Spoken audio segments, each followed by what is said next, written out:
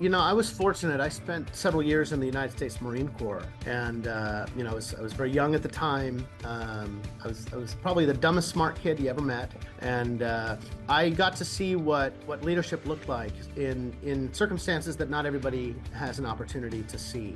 And I took the traits that I would see in some of my commanders, and I kind of grabbed onto them because I learned the difference between respecting someone's rank or their position and respecting them as a leader. And you always learn to respect the rank, but then you have those who really lead by example in a different way, and that was very motivating for me early on. And when I got back from my deployments, I started the company. I was very young, and I wanted to take a lot of that style with me, kind of merge that chain of command style with more of a family business and see if we can blend those things together. And we've been fortunate. It's worked well. Welcome to Grow Think Tank. This is the one and only place where you will get insight from the founders and the CEOs of the fastest growing privately held companies. I am the host. My name is Gene Hammett. I help leaders and their teams navigate the defining moments of their growth. Are you ready to grow? Today we talk about scaling and retaining your culture. When you scale, sometimes things change for the good and the bad. You want to make sure that your culture stays in alignment. I do believe that it does change over time, and you've got to be nimble with that because change is constant. But you also can retain the core elements of your culture that have made you who you are. Those are different things for different people. Many times it's the values that are the staple, but you have to be aware that when you're scaling, you've got to retain your culture. So today's special guest is Chris Moran. He is the founder and CEO of Solar Negotiators. They do maintenance and turnkey solutions in the California market, and they've grown to be over 165 employees. They've made the Inc. list multiple times, and it really is an impressive, success rate that this company's had. Chris and I talk about retaining culture. When you retain the culture that made you who you are, those core elements should stay the same. Sometimes things change, but when you are really clear about what made you successful, the values of your company, which we unpack today in the interview, it will help you retain the culture as you continue to scale. Over time, you will have to change your leadership and change your mindset, but a lot of those core elements of culture change. But keep in mind too, that every time you add someone to the culture, it changes just a little bit, maybe just a fraction. But as you add 10 people, 50 people, 100 people, it gets harder. And so you've got to be much more proactive, and you've got to be much more tuned in to the culture to retain the culture. My name is Gene Hammett. I am an executive coach, more specifically a CEO coach. Been doing this for almost 15 years now, and I love what I'm doing. What I love so much about it is I get to work with people who are already growing, but there's a dose of chaos that is kind of surrounding them. Maybe they've hit a plateau, maybe they've hit some headwinds, whatever it is, they've got to continue to evolve as leaders. And I think that's my specialty, really helping people understand and reflect on what's holding them back, but also design a plan to what's moving them forward. One of the things I love to do most is to sit down with our guests that have been on the show, listening into other episodes, learning from others, and have a conversation with them. This isn't recorded. This is just for me and them diving into what has gotten them there, where they want to go, what's getting in the way, and really reflecting back, maybe even highlighting some blind spots that keep you stuck. And if you are curious about that work that I do, it's absolutely for free, but you'd have to qualify. All you have to do is send me an email, gene@genehammett.com. We will sit down, look at your business, look at your vision, and see what's getting in the way and identify a plan to move forward. Gene@genehammett.com is my email. Now here's the interview with Chris. Hey, Chris, how are you? Hey, good morning. How are you, Gene? I am absolutely fantastic. I'm excited to have this conversation. We're going to talk about culture and the shifts that are happening as you scale your company. Your company is Solar Negotiators. What are you guys up to? Yeah. So for the last 16 years, we specialize in providing turnkey solutions for alternatives to utility costs in our area. We service most of California. So we quote, design, install, and monitor and maintain energy systems, including solar, battery, combined with roofing. I I love the idea of solar. And Georgia may not be the best. I've got big pine trees above my house. Sure. But over the next 3 years, do you expect a big shift into the need for solar? I think it's becoming more widely adopted. You've had kind of these incubation states like Hawaii and California who have really led the charge with subsidies and progressive policies. But with that and with the federal tax credit, it has really driven awareness, and the technology's come a long, long way. So I think people, regardless of where they are intrigued and find the idea of grid independence very appealing. And so I expect this industry to continue to just grow and evolve over time. Well, I applaud you for what you're doing. I think that our dependence on fossil fuels is way too much, and all the other aspects of energy. I used to work in the utility industry. Don't talk about it anymore. I've written 3 books. Don't test me on my knowledge. This was between 92 and 95. That's how long ago it was. Wow. But I remember the subsidies back then for different, they call them DSN, demand side management, Yep.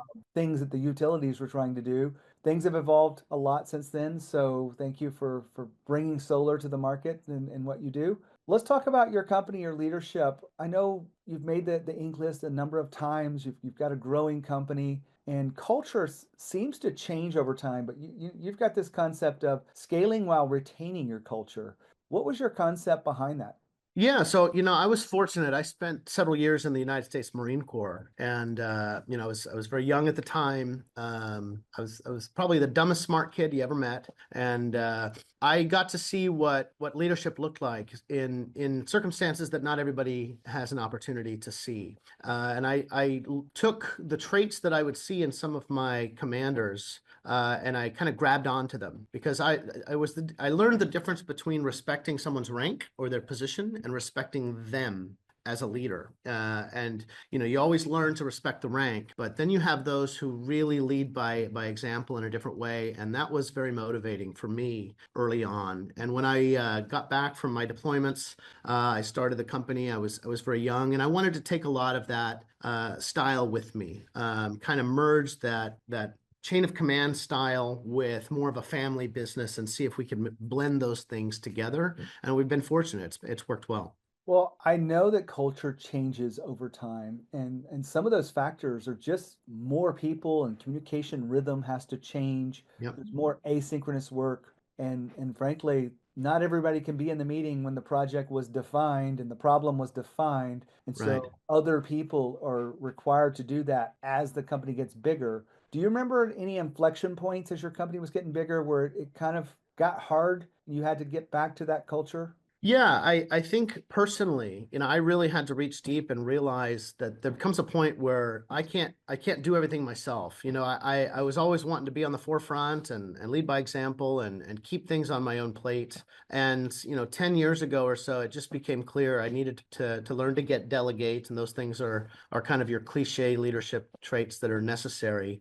But we realized that people are more capable than they think they are, right? And so if you lead by example, but if you challenge people to be the best version of themselves and you work with them in showing them that even though something might be hard or seem impossible, the feeling, that rewarding feeling of success and overcoming those challenges helps people look inward towards themselves and their own strengths. And we've got some things on our wall that we kind of live by, and I can touch on them. It starts with the company has your back, right? Treat everyone with respect. We all have a job to do. Take responsibility for your part in it. And when it comes to business, if there's any, constructive criticism, it's never personal, it's business. And we can check that at the door after the meeting's over. And that's really been widely adopted in our company. Now, Chris just said something that really highlights where a lot of people are in their leadership mindset. And it's when they realize, I can't do everything myself. At some point in your business, you will realize that you doing work is the bottleneck of growth for the company. I had a client one day tell me, with 20 employees, he's like, I spend more than half my time doing QA on the work of my employees. And given the fact that his work is very professional service based in the fintech world, he had to make sure everything was dialed in and as close to perfect as possible. Nothing's perfect, but just really all the T's crossed, the I's dotted, everything just right. And so he was reviewing that work. Fast forward, took about 8 months. He no longer does that work. And he was glad to do that because his company doubled over the next year. Now, fast forward after that to just last week when I was talking to this one client and he said, I now have the business of my dreams. The one conversation that we had together last year changed everything for me. And so I just remind you that you're one conversation away from a shift, a breakthrough. All you have to do is be willing to ask for help. It may not be me. Maybe you want to go to someone else, but be willing to ask for help. If you want me to help you, I'm happy to do it. My email address, gene@genehammett.com. Back to Chris. What you're talking about is your company values, right? Yes. You mentioned on the wall, but it sounds like it's much more than on the wall. It's something you guys have operationalized. You've made it a part of the common vernacular. You're talking about them from, I don't want to put words in your mouth, but all the time. Yeah, and we really adopt kind of a sense of servant leadership, right? With great power comes great responsibility, but leadership is here to serve the needs of their team and the needs of the business. And if that permeates through the entire business and it's consistently enforced and practiced, it's amazing what a team of people are able to accomplish.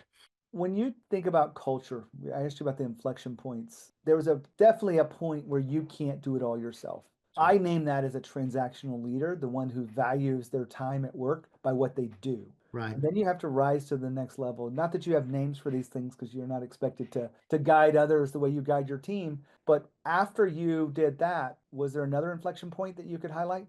Yeah, I think I don't know that it would be something that was immediately identified as a moment in time, but it was really the willingness to accept I don't have all the answers. The decision maker part of me is there. It's very natural, but realizing that we need to bring in expertise from outside and we need to trust the strengths and the experience of those who have expertise and that's we actually set up our board of directors and started bringing in a diverse group of leadership from outside the business, and we made sure that our team had access to them so that they could have open conversations, and we invited the constructive feedback. So I don't know that it was necessarily an inflection point, more of just an ongoing learning experience for us over time.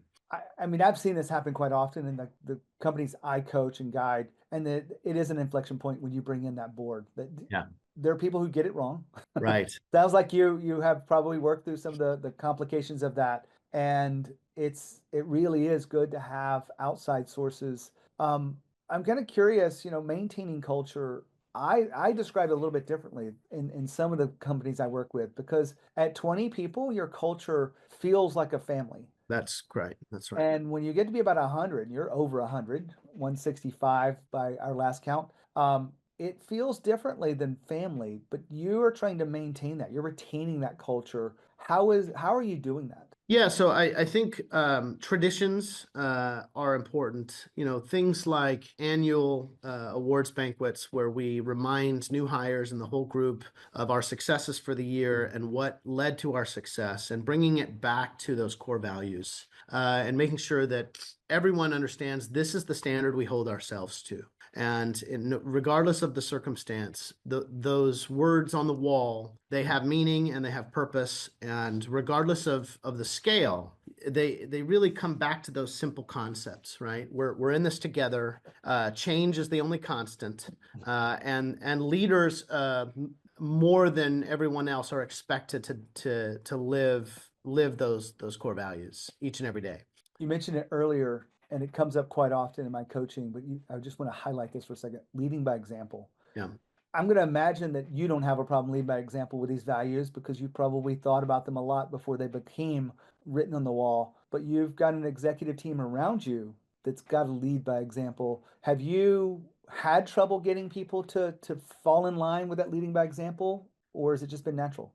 It's relatively natural. We have a structure within the company we developed about 8 years ago, and it's our directorships, right? You think of a director of a department, but for us, we have a very comprehensive process, right? The directors in our company are held in high esteem. They have the authority to make discretionary decisions, and they work as kind of an employee board. But we require them to think long and hard before they apply for one of these positions, and the interview rounds can can sometimes 2 or 3 rounds before someone's selected, and we ask them the tough questions, right? Having those tough conversations. Say, look, we're professional. We have a professional friendship, if you will, but we have to take that hat off sometime and leave the business hat on and get down to the facts. And sometimes those facts can be a little bit painful, but we have to be able to talk about them openly and objectively. And I think we've been fortunate, kind of wind that point down, but we've always stated that we are the best at discovering undiscovered rock stars, right? You've got your people with their resume, right? Maybe they went to this college and they were the valedictorian and their resume is the most robust. But then you've got someone who just needed the right opportunity. And when you demonstrate that you're willing to trust someone with an opportunity, give them a chance to rise, that breeds loyalty and that contributes to the culture. And when that is company wide, it becomes a very strong fabric that keeps everything together. The right culture is a foundation that the That's right. company is built on and the scale that you're able to get to. Without the right culture, I don't think you'll get there. And we also see that when you have the right culture, you don't have to protect it as much because the other employees are so excited about Yeah. autonomy or their ability to grow, whatever it may be. They're excited about it, so they protect it. And so they don't let in people who's Right. not a good culture fit, or they let them know very quickly. Have you seen that across your company? I have. I describe it as, the company is an organism and it's an evolved organism with its own immune system, right? And employees who are like white blood cells, right? They will identify, threat sounds like the wrong word, but they will identify something that doesn't belong and work to correct it and or work to find a way to get it out of the system. So it's a self-policing system, and I really bring it back to people feeling like they have ownership. Not you think of owners of a company, but they have ownership of the vision and they have ownership of the outcome. And when people are reminded that the person who works in this other department that you never speak to, their kids and the food on their kids' table is dependent on you doing your job, and the food on your table is dependent on them doing their job. So you may not interface with them much, but we all have to be rowing in the same direction, or it affects everyone. Let me break in here one more time. Chris talked about ownership. And to create an ownership culture, you've got to have 6 core elements. I'm not going to unpack those 6 core elements today. I'll give you a couple of them. One of them is mission, the other one is growth. When the mission is clear to everyone and they feel aligned to it, they have a higher sense of ownership of every piece of work they do and every problem they face and all of the things in between. You also want to make sure you're providing a place where people feel like they're growing. When they are growing as leaders, or they're growing as specialists, or they're growing as programmers, or marketers, or salespeople, they will stay around a lot longer. Retention goes up when people feel like they're growing, but you start to lose people, retention going down, when they feel like they're not growing, when they feel like they're stagnant. And so your job as a leader, if you just look at this, there's 6 elements to create that ownership culture. If you want all 6 of them, you want me to explain those to you, I've got some free resources behind that. Just send me an email, gene@genehammett.com, and ask for the ownership culture, and I'm happy to supply that to you absolutely for free. But when you think about your own journey, you want to make sure that people feel like owners inside the business, even if they don't have a financial stake. And you can do it when you understand the 6 drivers of that. And I'm happy to give them to you for free. Back to Chris. I want to switch gears here a little bit. Chris, we've been talking about culture and its scaling and retaining that over time. Yeah. Your leadership, your principles of leadership, like we've looked at the values of the company, but how would you define your perspective on leadership? Yeah, so it's interesting. So I took some they call them the leadership traits out of the Marine Corps, and they apply directly in business or any situation that requires leadership. And you can remember it by an acronym: JJ did tie buckle, and we call it our director's code. And it says, "I will operate my department with judgment, justice, dependability, integrity, decisiveness, tact, initiative, endurance, bearing, unselfishness, courage, knowledge, loyalty, and enthusiasm."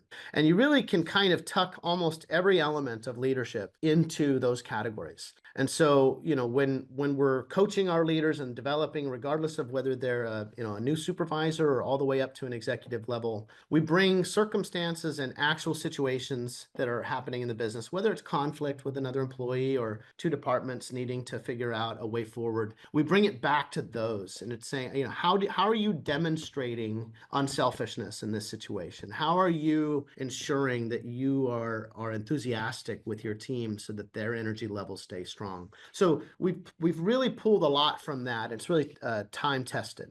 I love that you've leaned on the leadership of the military. Yeah, I've also know that sometimes it doesn't quite translate. right. For example, in the military at wartime, life or death, you follow orders or people get hurt. That's I know correct. that's a quote from a movie that most Right. people know of. A few But good men. um, but it doesn't work exactly the same inside of No. company leadership. What did you have to let go of as you got to be the leader that you are today from your military background? Yeah, so you hit the nail on the head as far as I'm concerned. In the Marine Corps, mission accomplishment is the number one priority, and then troop welfare is second, right? I grew up in a family business. I was fortunate, been around for 75 years, not a pretty similar size, and the company culture there is putting people first. Above all else, right? And the mission of that company is to provide an excellent place to work and for the opportunity for the employees to prosper. And so when you merge this accountability measure from the military with putting individuals first, the mission is important, right? So that's the difference between the military and like a family business or a business culture is you have to put the people first. And if you do that and you show them the path on how to stay together and how to always be looking forward towards mission accomplishment, they come together, and I think everything else kind of handles itself. Most people don't know the research that I've done. You've talked about a couple of things, and I'm just highlighting this as we wrap up today's conversation. I study fast growth companies. That's what I Yeah. do. Hundreds of interviews like yourself. And I did a session where I really dove in deep, and I asked a question that I thought was a pretty good question. How, with your big growth goals, how do you Yeah, get your employees to take responsibility? right. And those CEOs said, it's not about responsibility, it's about ownership. That's right. And then I've gone on to have an even more impactful question that most people don't get unless they're running a fast growth company, which is, I call it the impossible question. What's more important as a leader, your employees or your customers? They're both Always. important, right? Yeah. But you're saying people first. And I don't want to put words in your mouth. I think you take care of employees, then those employees take care of the people, the customers. Do you see that way, or do you see it a little bit different? No, I totally agree. There's a local air conditioning company that came out with a phenomenal, set of radio ads, and it was the owners and his daughter and talking about, employees first and customers second. And then that doesn't really sound good. And this is all on the radio and it's all in jest. But it Yeah. said, how about happy employees make happy customers? And I couldn't have found a better way to put it because it's perfectly stated in that sentence. So I agree. And again, if you're investing and you're encouraging, you have the right team who want to do better. And mistakes happen. I'm okay if you make a mistake. Take ownership of the mistake, and let's look at how we could have done it differently, and let's make sure it doesn't happen in the future. And let's build a better structure, right? No single point of failure, and that's a combination of processes and people. But I agree, people are what make a company great. Well, Chris, we're taking, time per day to talk about how you have created the success you have at Solar Negotiators. I know we haven't talked much about your company and the impact you make, but what we really wanted to do here is kind of help help others understand why culture is so important and leadership driving that, Yeah, along with it, the company values. I really appreciate your wisdom. absolutely. No, it's been an absolute pleasure. I appreciate you having me on. Wow, what a great interview with Chris. I love talking about culture, and retaining culture as your company scales is something that's hard to do.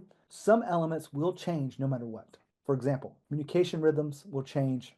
How you communicate, asynchronous work will change. A lot of those things change over time, but the core of your culture can be retained because that's what's important to you as a leader and a founder and as executive. That's what provides performance. And when you understand what those things, you have them really nailed down, they don't change that often, and you can retain it as you scale. When you are pushing and growing as a leader, you may run into some headwinds or some challenges, or there may be a big opportunity in the horizon that you want to show up your best for. That's where I come in. If I or my team can help you, we can sit down, have a conversation about a breakthrough that's necessary for you to move forward. If you're curious about that, send me an email, gene@genehammett.com. Say that you heard it on the podcast, and I will give you all the details you need to move forward. It's absolutely free. Most people won't take me up on it. So if you do, then you will really get some benefit out of that. I had a client of mine the other day that did it, or not a client, just someone who called in. I treat you like a client. And they called in, and I was able to give them some real insight around what's next. And they took the plan and ran with it. They don't need my help anymore. Maybe they'll come back down the road. Hopefully they'll come back and say that they were able to execute and get the result that they were looking for. And I'll be just as happy for them. But for those of you that want the plan and want support, we can do that as well. Just send me an email, gene@genehammett.com. Happy to help you. When you think of growth, when you think of leadership, think of growth thinking. As always, with courage, we'll see you next time.